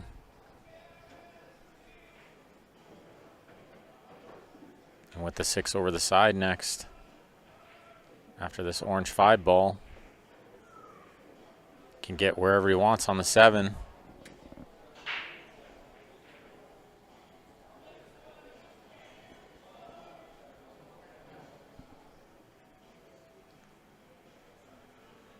Queuing near the 8 a little bit. He's got to be careful here.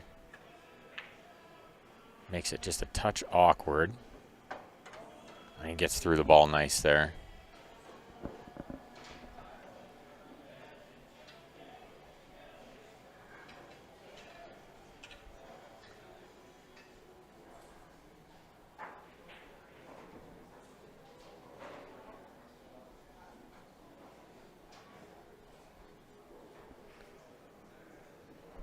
Looking good for 6 all. What a match these guys are having. The A-side final, putting on a good show. Telling everybody they deserve to be here. 7th annual Hooey Memorial. 10K added. First place, 4,000. Second place, 2,700. It's kind of a big match. Got some big money implications. And Stu is inch perfect with 2 balls left in the 8 to put away Steven. He's got stop, out. And we're going to see Steven make an exit. There will be 2 new finalists this year after Steven and I being in the final of both last year and the previous year.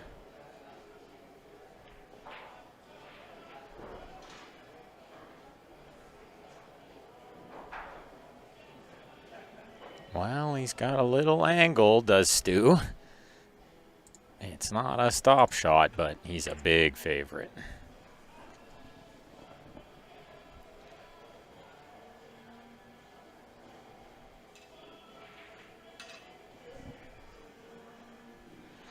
And Simon to break at 6 all. It's now a race to 3.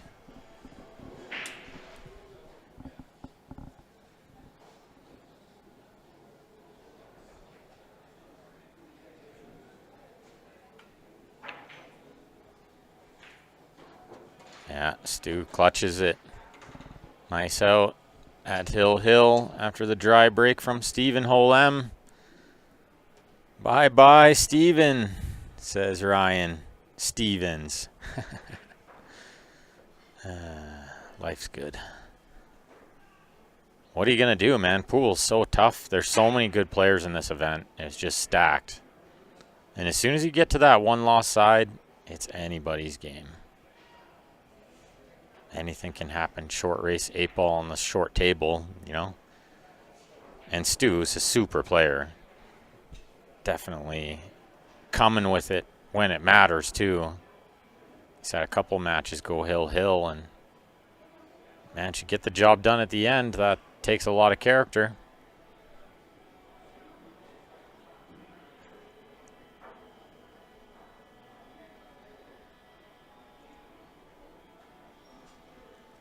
Well, does he try this 8 ball on the side? It looks very available. He just cut the 1 into the 8.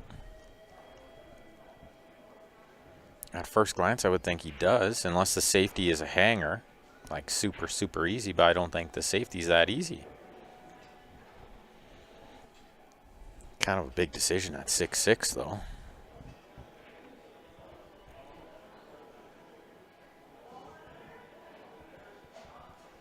And if you're just joining us, we're going to have another match after this. A couple more matches still in the tournament. The 7th, 8th matches are going to be underway soon. So I don't know if we're going to catch those on video. In fact, I don't think so, because we might still have another half hour in this one. And they're going to be starting those ones right away. But we will have most likely the 5th, 6th match on the B side on a side angle. Which would mean we would have the 5th, 6th, the 4th match, the 3rd place match, and the final is 4, possibly 5 more matches. It is a true double elimination tournament. And the fun thing about this tournament is the winner of the A side, although having to be beat twice, has not played on the bar box yet and might be playing somebody who's coming off the bar box only if they can manage to steal the first set. They got to head over and try to play on the box when they've been playing on the 9-foot all weekend. So let's say somebody like Stu or Sean Monkman or Randy or any one of those guys who are bar box champions come around through the B side to make it to the final. If they can steal the first set, they all of a sudden become big favorites in the second set. Well, maybe not big because it is bar box 8-ball, but you know.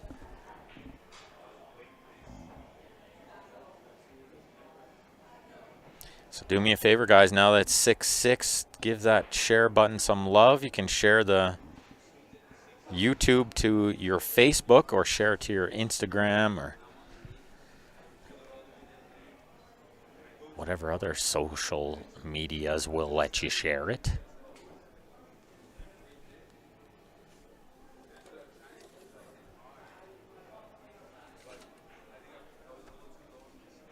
Oh, he tries to thin the 2 in, and he catches the 3 on the way. Or he catches it a little thick. Big chance for Joe here. It's all about the 3 to the 5, the 5 to the 6.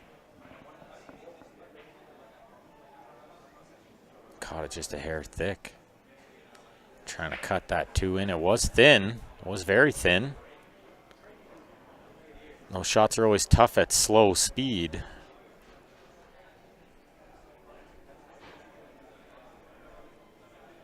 Joe with the style and personalized jam-up jersey. Like that one. It's a nice one. Good design. Purple looks good.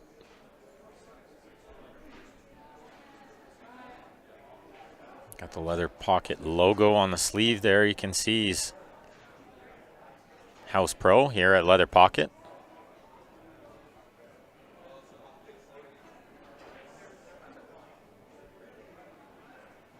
Coming around 3 rails, this is going to slow down on him.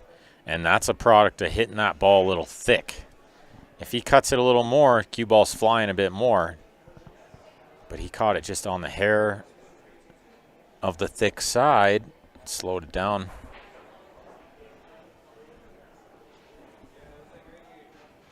Ryan Stevens. Oh, wish I had a comment for that one. Oh, never mind. No, I do have a comment. Yeah. Yeah, it is definitely, at best, medium ballers. Here's the thing. What if I hosted a tournament and I said that nobody better than me is allowed to play? How does that sound? Does that sound like fair or just or make any sense in any way to anyone? Because every time they host an under tournament, that's what it feels like to me. It feels like somebody came up with this number and said, this is what number I am and nobody better than me is allowed to play. That's just how it is, right? And everybody can have an opinion. You know what they say about opinions. Oh, this might be perfect. Or is he going to get too big of a bounce, land on the wrong side? Needs it to slow down. Has it just slowed down? Can he cut this in the side? Or can he bank it? Might be banking it.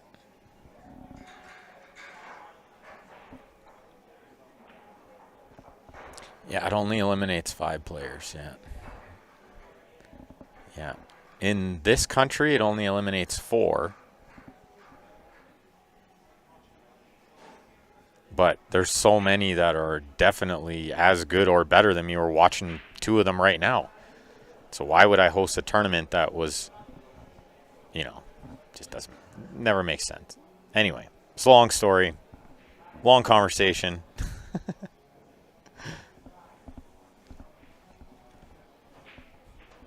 And yeah, I'm not saying anything about Dave actually. I think 699 is nothing to do with Dave's number. It's actually whatever, somebody else came up with that number. The real problem is all of them. 580 and under. There was a 578 and under. There's a 510 and under. Now there's a 520. There's all the different numbers you can imagine. I got somebody ask me one time if we could have a 425 and under.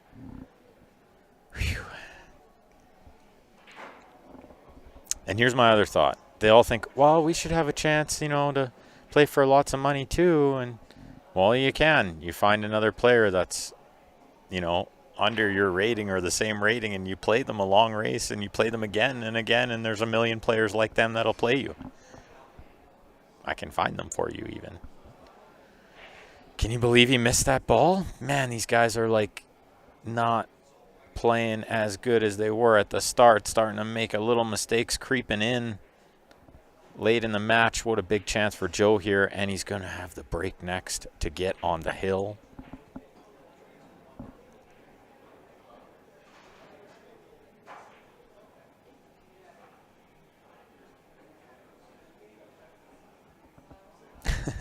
Yeah, drive a dark car too. Yeah, I love it.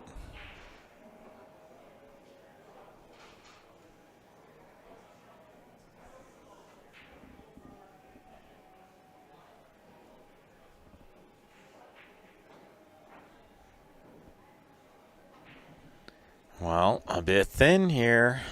A bit thin. Still a big favorite to make this. But he's, maybe 80%. It's definitely missable. In his head, he's 99.9%.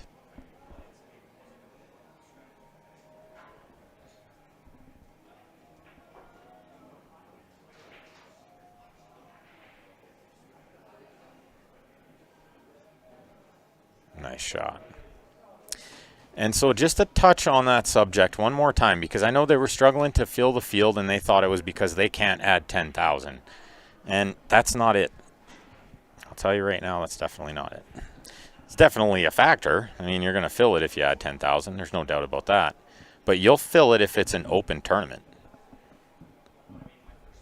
This one filled when we didn't have 10,000 added. Filled all the time. We got 64 every year.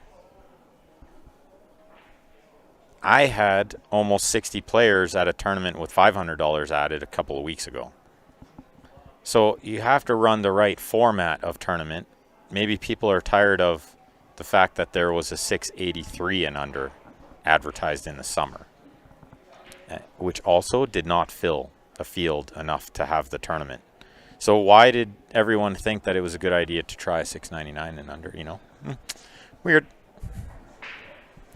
Just weird stuff. I know the 699 and under worked last time and everybody loved it, but just didn't seem like the right thing to do. But I'll always bring up the point. What if I ran a tournament, my Fargo 757? What if I just said, let's have a 758 and under, so nobody better than me is allowed to play? Would that sound okay, or would that just sound real bad? It would just sound like, what kind of player am I? Am I really that scared? I don't know. Maybe pool's not the game for me. Do tournament directors have ability to give a player starter rating? No, I don't think so. I think league directors do, but they're vetted by Fargo too. Like if they get it way wrong, Fargo will figure it out pretty quick and change it. And what they do say is it wouldn't matter if you started at 0 or 1,000. By the time you get to 200 games, it's going to be accurate. And I'm a firm believer of that. And I think maybe if it's not by 200 games, definitely by like 1,000 games, it's going to be really accurate. This is a really nice shot from Joe. Look at this shot. What a great shot. That was really hard to execute. Bare ball safety with the 9 that far away. Man, that's good. And the 7, too, is going to block the escape with the kick safety a bit. Because Simon wants to come underneath this 1 ball and kick it up table, but the 7 is kind of blocking some pats there.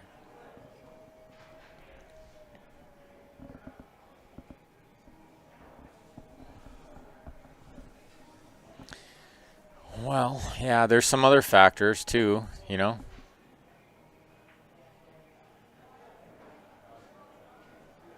That's right, Tyson. I do think it's important to have the conversations. I'm never one to like say anything about another room. Obviously, I'm a big leather pocket fan, but I've loved playing at hidden spot lots, so.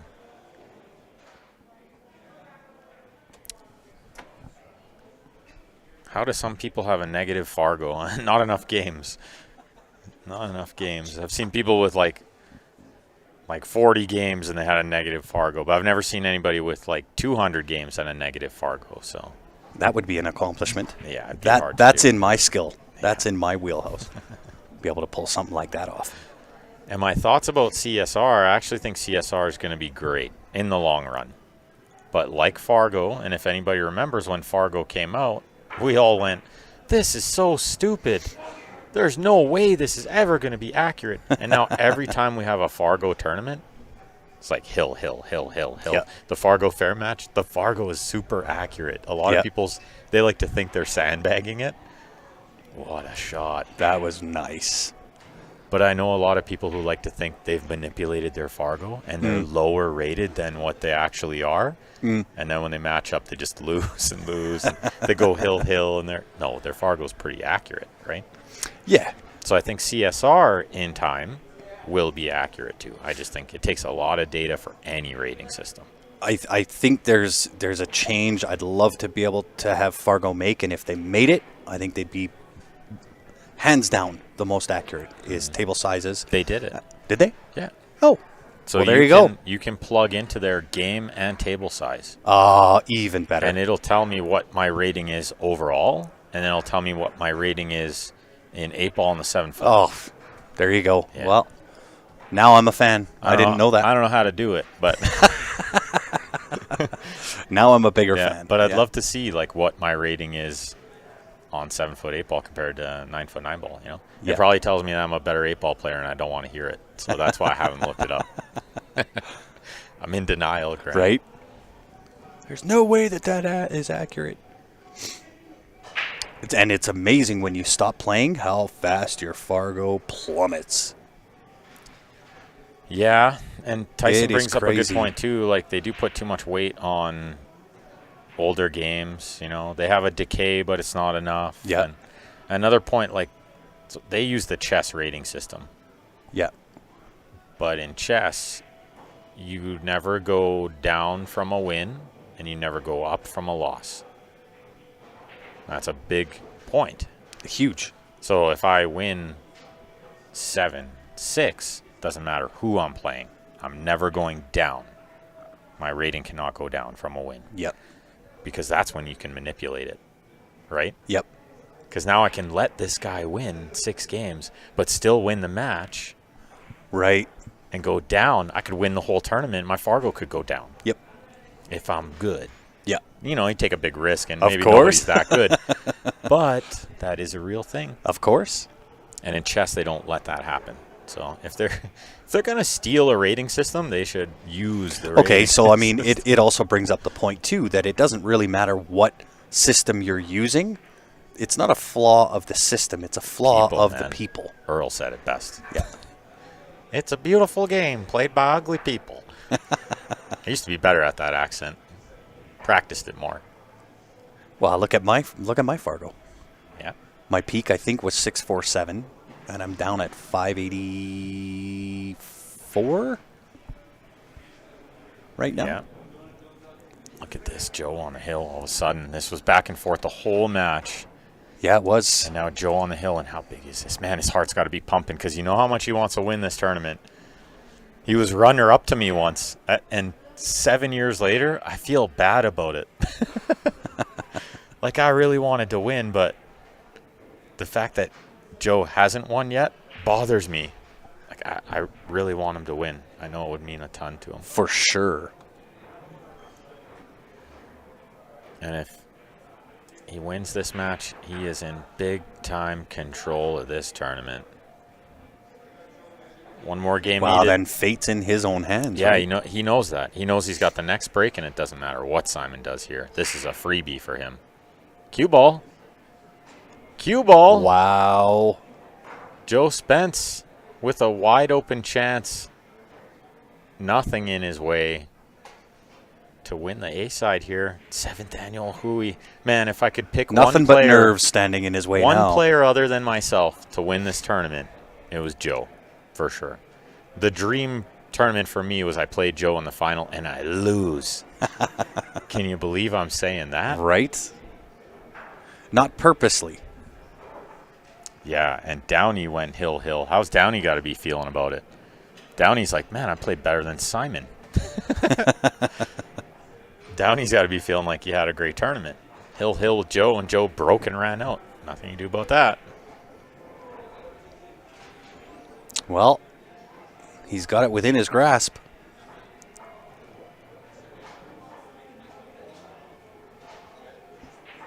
Steady the nerves. Perfect. He's inch perfect here. Stop shot, roll shot, whatever you like. 6 to the 7. Oh, That's yeah. it. Duck, duck, duck. It's all about the 6 to the 7. I About agree. The 5 over the side, you think you're just going to get middle table on the 6 and be perfect. Shouldn't use the word perfect, but this is a good time for it. This is, well, I mean, to be fair, right? Is there a better descriptive word? No. He's fantastic. He's great. He's in absolute Prime shape. prime nice position. Yeah. I'm going to use the word great way too much now, and then that's Right. gonna be the one that bothers. What word was it that I used to use all the time?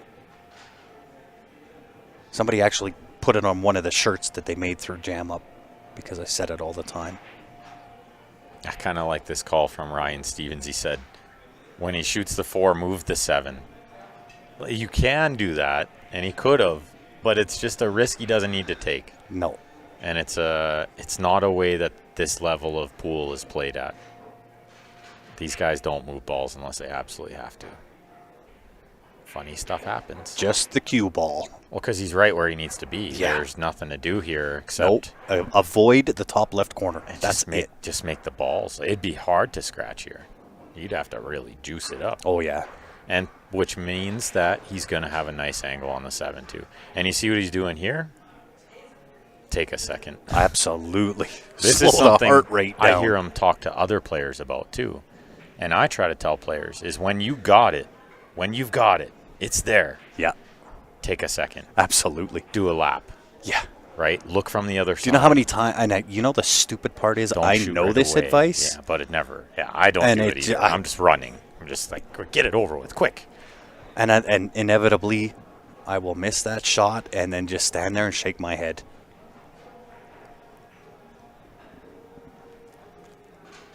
Mapka making pool great again. Jam up hats. We caught it a little thick.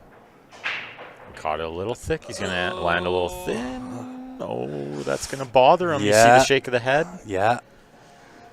Oh, no. Try to keep your head up because you got to, even if you don't get the job done here, you have to not panic. 100%. He might have to play safe here. He might have to I pin think the you got right to put side. full concentration into this. He's You're got to lean still so up. far out, though. Like, how do Yeah, you, but he's right-handed, I right? don't This even is know this. he can If this reach was it. left-handed, I don't know he can reach it, even right-handed. I think we'll talk about this before all the time, like John, he's belly. he is. He's playing safe. This is the higher percentage, I think, from where he landed, right? I just think when you Oh, he have hit a it chance. sweet. He hit it so sweet, he might get behind the 9 here. My word. Oh, how good he hit that ball. He's behind the 9. What a shot. I just think you're giving Simon an extra chance at the table when maybe you don't have to. But again, I'm looking at it from my level, my perspective. Yeah, you don't want to give him a free chance if you don't have to. I just think he couldn't lean over and reach that one. I think he was just belly hooked a bit. Like, and for me, I wouldn't have been able to reach that one. I'm just too short. Yeah. And then it's just too blind of a shot. Well, I mean, Joe's not the tallest of fellas. That's right, yeah. Tyson, I know. That's why I brought it up. Because I heard Joe tell you that. Yeah. Joe, after the match, I heard him tell Tyson, hey, you got me dead to rights there. Just when you got a guy like that, minute. Just take a second. Kick towards the side. It's going to go safe. One more good shot from Joe might win this match for him. Another good save for one big pot into the low right. Cue ball's coming around. Take that low right? I think he does. Oh, maybe the low left. Maybe it thins to the low left. Oof. You know what's nice about this shot? It's hard to overcut it. So you can aim real thin. And this guy edges the ball so good. Big shot. You know what? I got to give you the edge there. For somebody that sees the edge of the ball so well, if you were shooting this shot, then I'd say, yeah, okay, that's the shot. Anybody else, I'm going, I don't know. I kind of like the low right because I think you send the cue ball like 2-3 rails near the right side pocket. And if you overcut the 7, it's going to go to the end rail. It's going to leave a little safety action. That might be what he's looking at now. Because if you cut it to the lower left, it's all out. It's all or nothing. Yes, because typically you're going to go into the end rail first if you're cutting to that lower left-hand pocket. I think he is going right. What a big shot. Nope. He hit it so bad. He's going to fluke it in the side pocket. Look at this. He's going to fluke it in the side pocket one time. He one-timed it. Hooey's up there. I knew he was there. It's Joe's turn, man. I knew it was Joe's turn this weekend. I knew it. That confirms it. He missed it by a foot. Oh, you got to take a couple of laps here. You can't just get down and dig into this. I shouldn't shoot it for another 30 seconds. Use your extension, Joe. Yep. I'm going to go wipe my cue Oh off. my God. I can't believe he missed it by a foot. Oh, yeah. And it two-railed in the side at pocket weight. That was missed by a country At mile. pocket weight. Like it's going to hang over the side for Simon. I couldn't say anything. I didn't want to say anything. What a shot. Is he sorry at least? Unbelievable. Well, you know, at the end of the day, that is part of pool. That is part of 9-ball. It happens to the best of everybody. It's happened to me. It's happened against me. So I can't fault him for that happening, right? Unbelievable shot. How did he weasel his way out of that? Nice 9-6 win. Simon going to go on to the B-side final. Is going to be coming up in a little while. Let me just take a look, see what's going on out here.